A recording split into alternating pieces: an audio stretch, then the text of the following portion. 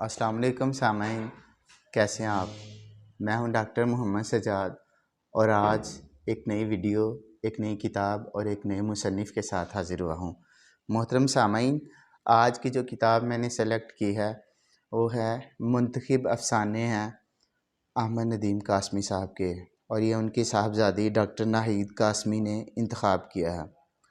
आज इन अफ़सानों के अंदर से इनका एक नुमाइंदा और ख़ूबसूरत अफ़साना कपास का फूल डिस्कस करेंगे।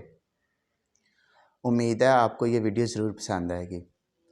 कपास का फूल इनका एक नुमाइंदा अफ़साना है। ये अफ़साना माई ताजो के गिर्द घूमता है। माई ताजो के बारे में कहा जाता है कि अपनी जवानी में बहुत हसीन औरत थी, इतनी हसीन कि इर्द गिर्द के इलाकों में इसके हुस्न की धूम थी। जब इसके वालिदैन इसकी शादी करना चाहते हैं तो माई ताजो उनके सामने अपनी पसंद के बारे में बताती है और पूरी बरादरी के सामने ये बात कहती है कि मैं शादी करूँगी तो फ़लाँ पटवारी से करूँगी, वरना इसके अलावा मैं कंवारी रहूँगी। तो इसके वालिदैन को गुस्सा आता है, लेकिन ये अपने वालिदैन की मर्ज़ी के ख़िलाफ़ उस पटवारी से शादी कर लेती है। शादी करने के बाद वो शख्स इसे अपने गाँव लेके जाता है, लेकिन वहाँ जाके माई ताजो को पता चलता है कि ये शख्स पहले ही शादीशुदा है और 2-3 बच्चों का बाप भी है। अब इसकी दूसरी बीवी के भाइयों को पता चलता है, वो पटवारी को धमकी देते हैं कि हमने तुम्हारी टांगें तोड़ देनी है, तुम्हें मार डालना है, या तो तुम इस औरत को तलाक दो। तो वो पटवारी क्या करता है, उसका एक गाँव में, किसी दूसरे गाँव में एक मकान होता है, ये माई ताजो को वहाँ ले जाता है। लेकिन माई ताजो को ये बात पसंद नहीं आती, वो वापस मेके चली जाती है। लेकिन जब ये मेके जाके अपने घर वालों को ये बताती है कि मैं वहाँ से आ गई हूँ, अब मैं वहाँ पे नहीं जाऊँगी, क्योंकि उसकी तो पहले ही शादी हुई है, वो पहले शादीशुदा है। लेकिन उसका बाप उसे वहाँ से निकाल देता है और कहता है कि अब तुम उसी शख्स के पास जाओ, उसी के साथ रहो, चाहे वो शादीशुदा है, क्योंकि तुमने पूरी बरादरी के सामने हमारी नाक कटवा दी।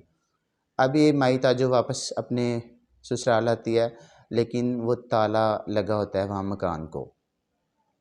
ये परेशान होती है, सारी रात दरवाजे के सामने बैठ के गुजार देती है। सुबह पंचायत इकट्ठी होती है और सारे लोग ये सोचते हैं कि अब क्या किया जाए। बिलाखिर ये राय तय पाती है कि माई ताजो चूँकि पटवारी की कानूनी मनकूह है, इसलिए ये जो ताला है इसे तोड़ देना चाहिए और माई ताजो को अंदर दाखिल कर देना चाहिए।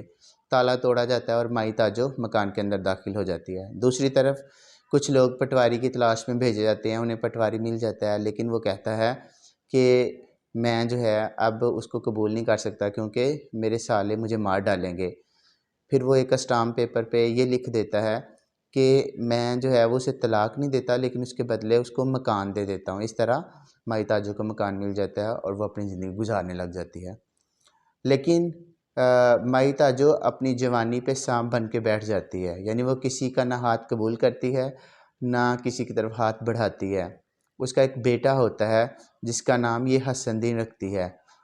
हसनदीन जवान होता है, तो उस दौरान भी एक शख्स हसनदीन की तालीम को आड़ बना के तो माई की तरफ हाथ बढ़ाता है, ताजो की तरफ हाथ बढ़ाता है, लेकिन माई ताजो जो है वो उसके पूरे ख़ानदान को सलवातें सुनाती है और हसनदीन भी कुल्हाड़ी लेके उस शख्स के पीछे जाता है। इस तरह गाँव में किसी शख्स की जुर्रत नहीं होती कि वो माई ताजो की तरफ आँख उठाकर भी देखे। वक्त गुजरता जाता है, हसनदीन बड़ा होता है, पढ़ लिख जाता है, फ़ौज में चला जाता है, लेकिन खुदा की करनी ऐसी होती है कि जंग अज़ीम के दौरान वो शहीद हो जाता है और माई ताजो फिर अकेली रह जाती है। माई ताजो अब सारा दिन चक्की पीसती है और चक्की पीस के अपना गुजारा करती है। यूँ उसके हाथों में गट्ठे पड़ जाते हैं, उसका हुस्न मांद पड़ जाता है और बुढ़ापा उसे आ दबाता है। अब बुढ़ापे में उसका कोई साथी नहीं होता, इसलिए साथ वाले घर में, हमसायों के घर में, ये घर है चौधरी फ़तेह दीन का और इसकी बेटी है राहता। ये राहता एक अच्छी नेक लड़की है। ये माई को दोनों वक्त एक रोटी और सालन दे देती है, जिसकी वजह से माई का गुजारा हो जाता है। और जिस दिन इसे रोटी नहीं मिलती उस दिन माई नकाहत कमज़ोरी की वजह से बेहोश भी हो जाती है। तो इस तरह ये काम चलता रहता है। एक दिन राहता अपनी दोस्त की शादी में गई होती है, तो माई जो है